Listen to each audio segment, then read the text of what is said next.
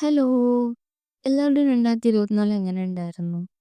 Comment ചെയ്യാൻ മറക്കരുത്. നല്ലതായിരുന്നെങ്കിലും മോശമാണെങ്കിലും. അപ്പം എൻ്റെ 2024 നല്ലതായിരുന്നു, മോശമായിരുന്നു. രണ്ടും കൂടി മിക്സ്ഡ് ആയിരുന്നു. അപ്പം അതെന്തായാലും കഴിഞ്ഞു. ഇനി നമുക്ക് 2025 ഫോക്കസ് ചെയ്യാം. അപ്പം നമ്മൾ ഇന്ന് ചെയ്യാൻ പോണത് ഒരു മെൻ്റൽ റീസെറ്റാണ്. അതിന് വേണ്ടിയിട്ട് ഫസ്റ്റ് നമ്മൾ ചെയ്യാൻ പോകുന്നത് ജേർണലിംഗ് ആണ്. അതായത് 2024 റിവ്യൂ ചെയ്യാൻ പോവാണ് നമ്മൾ. ഇതിന് ഞാൻ 2 ക്വസ്റ്റ്യൻസ് ഇവിടെ എടുത്തിട്ടുണ്ട്. ഫസ്റ്റത്തത് വാട്ട് വാസ് 2024?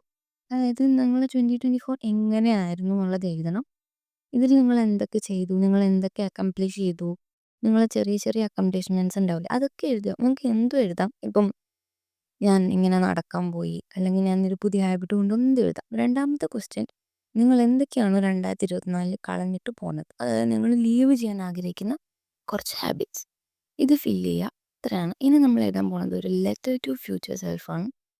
അതായത് 2025 വേണ്ടിയിട്ട് ഒരു ലെറ്റർ.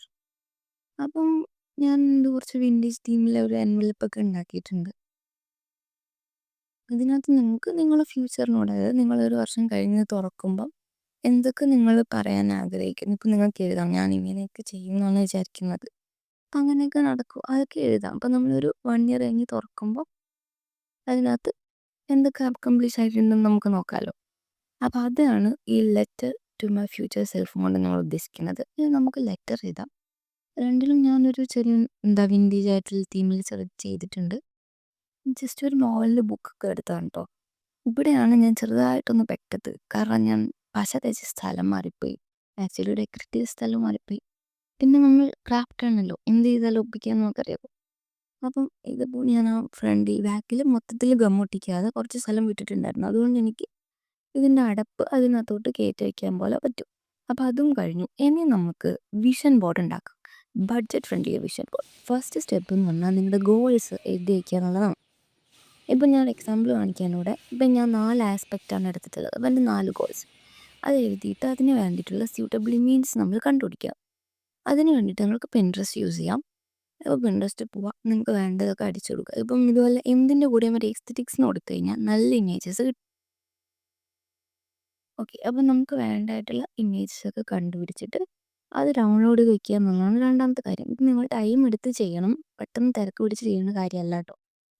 പിന്നെ ഉള്ളത് നമ്മൾ ഇമേജസൊക്കെ ഒന്ന് അറേഞ്ച് ചെയ്യണം. ഇപ്പം ഞാൻ ഭയങ്കര ബഡ്ജറ്റ് ഫ്രണ്ട്ലി ആയിട്ട് ചെയ്യുന്നതുകൊണ്ട് ഇങ്ങനെയാണ് ചെയ്യുന്നത്. എല്ലാം കൂടെ ക്യാൻവയിലിട്ടിട്ട് ഒരു കൊളേജ് ആക്കിയിട്ട് പ്രിൻ്റ് എടുക്കാമെന്ന് ഉദ്ദേശിച്ചത്. നിങ്ങൾക്ക് കുറച്ച് ലാവിഷായിട്ട് ക്രാഫ്റ്റ് ഇതേപോലെ ചെയ്യണമെങ്കിൽ ഓരോ പേപ്പറിൽ പ്രിൻ്റ് എടുത്തിട്ട് കട്ട് ചെയ്ത് ക്യാൻവാസ് ബോർഡിലൊക്കെ വെച്ച് ഒട്ടിക്കാം. ഇത് നമ്മുടെ ബഡ്ജറ്റ് ഫ്രണ്ട്ലി വിഷൻ ബോർഡാണ്. ഇപ്പം വിഷൻ ബോർഡ് എന്താണെന്നൊക്കെ എല്ലാവർക്കും അറിയാമായിരിക്കുമല്ലേ. നമ്മളെ ഗോൾസിനെ നമ്മൾ വിഷ്വലൈസ് ചെയ്യാൻ വേണ്ടിയിട്ട് ഉണ്ടാക്കുന്ന ഒരു സാധനം. അത് നമുക്ക് കാണുമ്പോൾ അത് ചെയ്യാൻ വേണ്ടി കുറച്ചുകൂടെ ഒരു പ്രേരണ ഉണ്ടാവും. അപ്പോൾ ഇതെല്ലാവരും ട്രൈ ചെയ്ത് നോക്കണം. ഇതുവരെ വിഷൻ ബോർഡ് ആക്കിയിട്ടില്ലെങ്കിൽ ഇത് നിങ്ങളുടെ സൈനാണ്. Go and make a vision board. ഇനി നമുക്കിത് പ്രിൻ്റ് ചെയ്തെടുക്കണം. ആഫ്റ്റർ ഞാൻ ഇത് പ്രിൻ്റ് ചെയ്തെടുത്തിട്ടുണ്ട്. ഇപ്പം ഞാൻ എൻ്റെ വിഷൻ ബോർഡ് നിങ്ങളെ കാണിക്കുന്നില്ല. ഇനി ഞാൻ ജസ്റ്റ് ഇതൊരു ഫ്രെയിം ചെയ്ത പോലെ കിട്ടാൻ വേണ്ടി ഇതൊരു ചാർട്ടിലേക്ക് വെച്ച് ഒട്ടിക്കുകയാണ് ചെയ്തിട്ടുള്ളത്.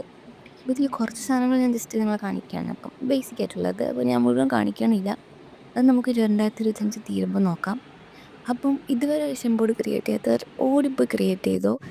അപ്പോൾ വീഡിയോ നിങ്ങൾക്ക് ഇഷ്ടമായാൽ ലൈക്ക് ചെയ്യുക, സബ്സ്ക്രൈബ് ചെയ്ത് സപ്പോർട്ട് ചെയ്യുക. Okay, by.